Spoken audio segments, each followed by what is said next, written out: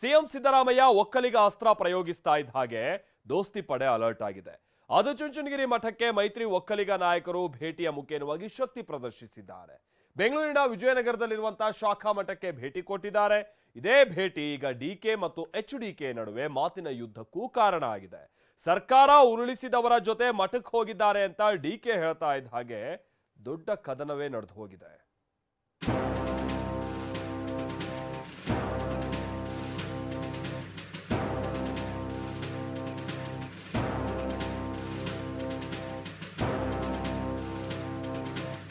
ಒಕ್ಕಲಿಗ ಅಸ್ತ್ರ, ಒಕ್ಕಲಿಗ ಮತ ಸೆಳೆಯೋಕೆ ಬ್ರಹ್ಮಾಸ್ತ್ರ. ಒಕ್ಕಲಿಗ ಮತದ ಮೇಲೆ ಕಣ್ಣಿಟ್ಟಿರೋ ಕಾಂಗ್ರೆಸ್ ಮತ್ತು ದೋಸ್ತಿ ನಾಯಕರು ರಣತಂತ್ರ ರೂಪಿಸುತ್ತಿದ್ದಾರೆ. ಅದರಲ್ಲೂ ಮೈಸೂರು, ಮಂಡ್ಯ, ಹಾಸನವನ್ನ 3 ಪಕ್ಷಗಳು ಪ್ರತಿಷ್ಠೆಯಾಗಿ ತೆಗೆದುಕೊಂಡಿವೆ.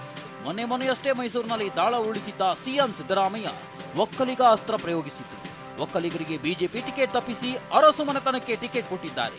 ಒಕ್ಕಲಿಗರಾದ ಎಂ ಲಕ್ಷ್ಮಣ್ಗೆ ಟಿಕೆಟ್ ಕೊಟ್ಟಿದ್ದೇವೆ ಎಂದಿದ್ರು. ಅವರು ಯಾವ ಜಾತಿಯವರು? ಒಕ್ಕಲಿಗ ಜಾತಿಯವರು. ಒಕ್ಕಲಿಗ ಜಾತಿ ಮೈಸೂರು, ಕೊಡಗು ಕ್ಷೇತ್ರದಲ್ಲಿ ಒಕ್ಕಲಿಗರೇ ಜಾಸ್ತಿ ಇರ್ತಕ್ಕಂಥ ಕ್ಷೇತ್ರ ಇದು.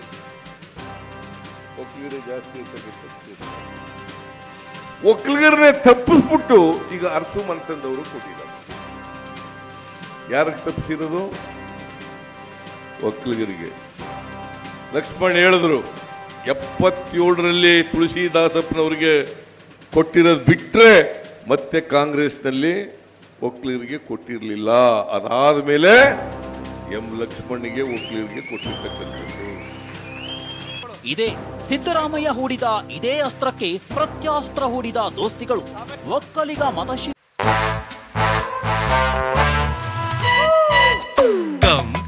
Come, my love, please don't say no, baby. Come, my love. V-Guard ನ air coolers extra large cooling pad ನೊಂದಿಗೆ ಇದು ಎಂತೆಂಥವರನ್ನು ಕೂಲ್ ಆಗಿಸುತ್ತೆ. V-Guard air coolers, long lasting cooling. ಕಾರಿಗೆ ಇಳಿದಿದ್ದಾರೆ. ಮೊನ್ನೆ ಎಸ್ಎಂ ಕೃಷ್ಣ ಭೇಟಿಯಾಗಿ ಎಚ್ಡಿಕೆ ಚರ್ಚಿಸಿದ್ದಾರೆ. ಅಷ್ಟೇ ಯಾಕೆ ಒಕ್ಕಲಿಗ ಮಠಾಧೀಶರಾದ ಆದಿಚುಂಚನಗಿರಿ ಶ್ರೀಗಳನ್ನ ಭೇಟಿ ಮಾಡಿದ ನಾಯಕರು ಪ್ರತಿದಾಳ ಉರುಳಿಸಿದ್ದಾರೆ. ಸಿಎಂ ಒಕ್ಕಲಿಗ ಅಸ್ತ್ರಕ್ಕೆ ದೋಸ್ತಿ ನಾಯಕರಿಂದ ಕೌಂಟರ್. ಆದಿಚುಂಚನಗಿರಿ ಮಠಕ್ಕೆ ಮೈತ್ರಿ ಒಕ್ಕಲಿಗ ನಾಯಕರ ಭೇಟಿ. ಎಸ್, ಸಿಎಂ ಸಿದ್ದರಾಮಯ್ಯ ಒಕ್ಕಲಿಗ ಅಸ್ತ್ರ ಪ್ರಯೋಗಿಸುತ್ತಿದ್ದಂತೆ ದೋಸ್ತಿ ಪಡೆ ಅಲರ್ಟ್ ಆಗಿದೆ. ಆದಿಚುಂಚನಗಿರಿ ಮಠ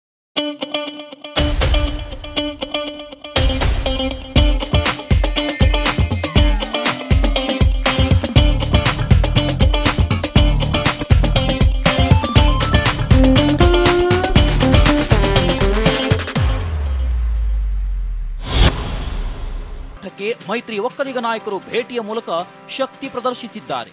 ಬೆಂಗಳೂರಿನ ವಿಜಯನಗರದಲ್ಲಿರುವ ಶಾಖಾ ಮಠಕ್ಕೆ ಭೇಟಿ ನೀಡಿದ್ದಾರೆ. ವಿಪಕ್ಷ ನಾಯಕ R Ashok, Ashwath Narayan, doctor CN Manjunath, Kumaraswamy ಜೊತೆಗೆ ಯದುವೀರ್ ಒಡೆಯರ್ ಸಹ ಮಠಕ್ಕೆ ಭೇಟಿ ನೀಡಿದ್ದು ಶ್ರೀಗಳ ಆಶೀರ್ವಾದ ಪಡೆದರು. ಅತ ಬಿಜೆಪಿ ನಾಯಕರು ಒಕ್ಕಲಿಗ ಸ್ವಾಮೀಜಿಯ ಭೇಟಿಗೆ ಡಿಸಿಎಂ ಡಿಕೆ ಕೌಂಟರ್ ಕೊಟ್ಟರು. ಶ್ರೀಗಳು ಯಾರ ಪರವೂ ಇಲ್ಲ, ವಿಭೂತಿ ನೀಡ್ತಾರೆ, ಹಾರ ಹಾಕಿ ಕಳಿಸ್ತಾರೆ. ನಮ್ಮ ಸಮಾಜದ ಜನರು ಏನ್ ಗಮನಿಸಬೇಕು ಅದನ್ನ ಗಮನಿಸುತ್ತಿದ್ದಾರೆ ಅಂತ ಟಕ್ಕರ್ ಕೊಟ್ಟಿದ್ದಾರೆ. ಒಕ್ಕಲಿಗರು ದಡ್ರಲ್ಲ, ಒಕ್ಕಲಿಗರ ಸ್ವಾಮಿಗಳು ದಡ್ರಲ್ಲ, ಅವರು ಏನು ದಡ್ರಲ್ಲ. ಬರ್ತಾರೆ, ಆಶೀರ್ವಾದ ಮಾಡ್ತಾರೆ, ವಿಭೂತಿ ಇಡ್ತಾರೆ, ಉನಾರ ಹಾಕ್ತಾರೆ, ಕಳಿಸ್ತಾರೆ. ಸಮಾಜ ಇದ್ದಲ್ಲ, ಸಮಾಜ ಅವರು ನಮ್ಮ ಪರನೂ ಮಾಡೋದಿಲ್ಲ, ಅವ್ರ ಪರನೂ ಮಾಡೋದಿಲ್ಲ. ನನಗೆ ಗೊತ್ತಿದೆ, ಕಾಣ್ತದೆ. ಅದು ಬೇರೆ ಜನ ಇದಾರಲ್ಲ, ಸಮಾಜದ ಜನ, ಅವ್ರು ಗಮನಿಸ್ತಾ ಇದ್ದಾರೆ. ನಮ್ಮ ಕಾಂಗ್ರೆಸ್ ಕ್ಯಾಂಡಿಡೇಟ್ಗಳೆಲ್ಲ ಹೋಗಿದ್ರು. ಇಷ್ಟೇ ಅಲ್ಲ, ಇದೇ ಎಚ್ಡಿಕೆನ ಸಿಎಂ ಸ್ಥಾನದಿಂದ ಬಿಜೆಪಿಯವರೇ ಇಳಿಸಿದ್ರು. ಅವರ ಜೊತೆನೇ ಆಶೀರ್ವಾದ ಪಡೆಯಲು ಹೋಗಿದ್ದಾರೆ ಅಂತ ಡಿಕೆ ಕಾಲೆಳೆದ್ರು. ಇದಕ್ಕೆ ತಿರುಗೇಟು ಕೊಟ್ಟ ಎಚ್ಡಿಕೆ ಅವರ ಆಶೀರ್ವಾದ ಪಡೆಯೋದು ನಮ್ಮ ಕರ್ತವ್ಯವಾಗಿದೆ ಅಂದ್ರು. ಈಗ ಯಾರು ಇಳಿಸಿದ್ರು? ಕುಮಾರಸ್ವಾಮಿಗೆ ಒಕ್ಕಲಿಗರು ಚೀಫ್ ಮಿನಿಸ್ಟರ್ ಅಂತ ನಾವು ಮಾತಾಡ್ತೀವಿ. ಇದೇ ಯೋಗೇಶ್ವರ, ಅಶ್ವತ್ಥನಾರಾಯಣ, ಅಶೋಕ ಎಲ್ಲ ಸೇರಿ ಇಳಿಸಿದ್ರಲ್ಲ, ಹಾಗೇನಾಗಿಲ್ಲ.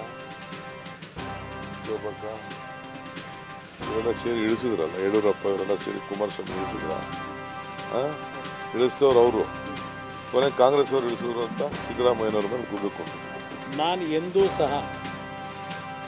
ಎಂದೂ ಸಹ ಅಧಿಕಾರದಲ್ಲಿದ್ದಾಗ, ಅಧಿಕಾರ ಹೋಗ್ತಕ್ಕಂಥ ಸಂದರ್ಭದಲ್ಲಿ ನಮ್ಮ ಮಠದ ಪರಮ ಪೂಜ್ಯ ಸ್ವಾಮೀಜಿಯವರನ್ನು ದುರುಪಯೋಗ ಪಡಿಸ್ಕೊಳ್ತಕ್ಕಂಥ ಕೆಲಸ ಎಂದೂ ಮಾಡಿಲ್ಲ. ನಾನು ನನಗೆ ಕೊಟ್ಟಂಥ ದೇವರ ಒಂದು ಆಶೀರ್ವಾದ ಏನಿದೆ, ನನಗೆ ಎಲ್ಲಿವರೆಗೆ ಇರಬೇಕು ಅಂತ ಹೇಳ್ತಾರೆ, ದೇವ್ರು ಕೊಟ್ಟಿರ್ತಕ್ಕಂಥ ಆಶೀರ್ವಾದ ಅದು.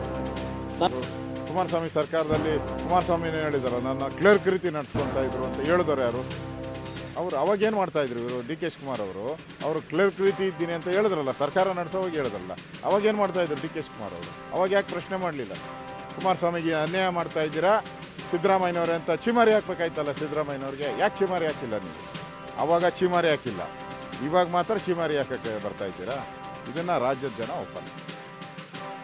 ಒಕ್ಕಲಿಗ ಮತ ಸೆಳೆಯೋಕೆ ದೋಸ್ತಿ ಭರ್ಜರಿ ಭೋಜನಕೂಟ. ಕೇತಗಾನಹಳ್ಳಿಯ HDK ತೋಟದ ಮನೆ ಮೇಲೆ ರೇಡ್. ಹಳೆ ಮೈಸೂರು ಭಾಗದ ಒಕ್ಕಲಿಗ ಮತ ಸೆಳೆಯೋಕೆ ಮೈತ್ರಿ ನಾಯಕರು ಸಮಾಗಮನವೇ ಆಗಬೇಕಿತ್ತು. ಹೊಸ ತೊಡಕು ಪ್ರಯುಕ್ತ HDK ಬಿಡದಿಯ ತೋಟದ ಮನೆಯಲ್ಲಿ ಭೋಜನಕೂಟ ಆಯೋಜಿಸಿದ್ರು. ಈ ಮಾಹಿತಿ ತಿಳಿದು ಚುನಾವಣಾಧಿಕಾರಿಗಳು ದಾಳಿ ಮಾಡಿದ್ದಾರೆ. ಹೀಗಾಗಿ ಇಂದಿನ ಬಿಡದಿ ತೋಟದ ಭೋಜನಕೂಟಕ್ಕೆ ಬ್ರೇಕ್ ಬಿದ್ದಿದೆ.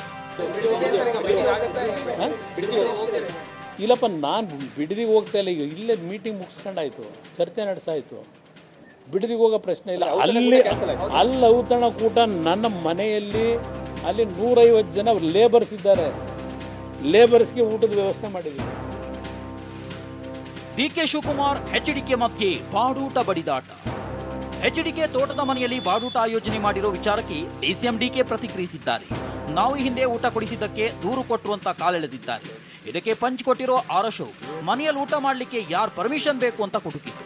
ನಮ್ಮ ಹುಡುಗರುಗಳು ಊಟಕ್ಕೆ ಅದೇನೋ ಒಂದು ಊಟ ಕೊಟ್ಟರು, ಇನ್ನು 500 ಜನಕ್ಕೆ ಪರ್ಮಿಷನ್ ತೊಗೊಂಡಿರುತ್ತೆ, ಅದಕ್ಕೆ ಕಂಪ್ಲೇಂಟ್ ಫೈಲ್ ಮಾಡಿಸ್ಕೊಟ್ರು. ಈಗ ಅವ್ರು ಊಟ ಕೊಡೋದಕ್ಕೆ ನನಗೆ ಬಂದು ನೀವು ಯಾರೋ ಟಿ ವಿಯಲ್ಲಿ ಕೇಳ್ತಾ ಇದ್ದೀರಾ, ಏನವ್ರೇನೋ ಬಾಡೂಟ ಅನ್ನಾರ ಮಾಡ್ಕೊಳ್ಳಿ, ಯಾವ ಊಟ ಹಾಕೊಳ್ಳಿ, ಊಟ